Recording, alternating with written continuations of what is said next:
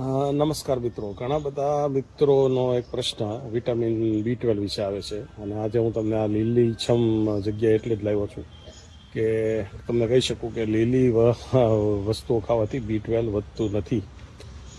B12 એક એવું vitamin છે જે આપણા શરીરના કોષમાં રહેલા માઇટોકોન્ડ્રિયા એટલે કે કણાભ સૂત્રના ફ્યુઅલ ઈંધણ તરીકે કામ કરે છે. એના વગર શરીરમાં શક્તિનો સંચય શક્ય જ નથી. તો આ B12 શેમાંથી મળે? B12 નોનવેજ ફૂડ તો બધામાંથી મળવાનું, પણ જે પ્યોર વેજીટેરિયન છે, જે શુદ્ધ શાકાહારી છે, એને B12 ફક્ત દૂધ અને દૂધજન્ય બનાવટો એટલે કે દૂધ, દહીં, છાશ, માખણ, ચીઝ એમાંથી જ મળવાનું. બીજા કોઈ સ્ત્રોત B12ના વેજીટેરિયન ડાયટમાં નથી. કોઈ લીલા શાકભાજી નહીં, કોઈ કઠોળ નહીં. એટલે આવી લીલોતરી B12માં તમને મળવાની નથી.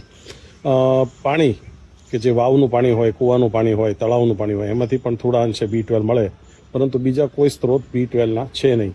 તો B12ની ખામી જ્યારે થાય ત્યારે વ્યક્તિને શું શું તકલીફો થાય? તો નબળાઈ લાગે, થાક લાગે, ખાલી ચડે, હાથ પગમાં ઝંઝનાટી થાય, સોય ભોકાતી હોય એવા સેન્સેશન થાય, લોહીના ટકા ઘટી જાય એટલે એનિમિયા થાય. આવા બધા લક્ષણો એને થઈ શકે. મૂડ ના રહે, ડિપ્રેશનમાં રહે. તો શું B12નો રિપોર્ટ કરાવવો જોઈએ?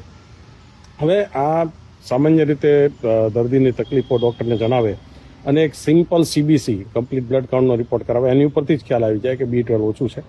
B12ના રિપોર્ટની ખાસ ઉપયોગિતા હોતી નથી.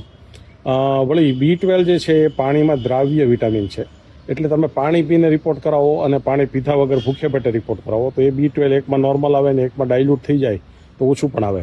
એટલે B12નો રિપોર્ટ એટલો બધો પણ ભરોસાપાત્ર નથી કે જેની ઉપર તમે પૈસા ખર્ચીને એની સારવાર કરાવો. એટલે આ થોડીક હાઈપોપી વધારે કરેલી છે.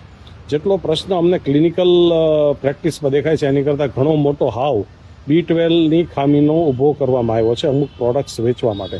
એટલે એવી પ્રોડક્ટ્સમાંથી B12 મળી જશે એવા વેમ મારીને ખોટા ખર્ચાઓમાં ના પડો. B12ની ટીકડીઓ પણ આવે છે અને ઇન્જેક્શન પણ આવે છે.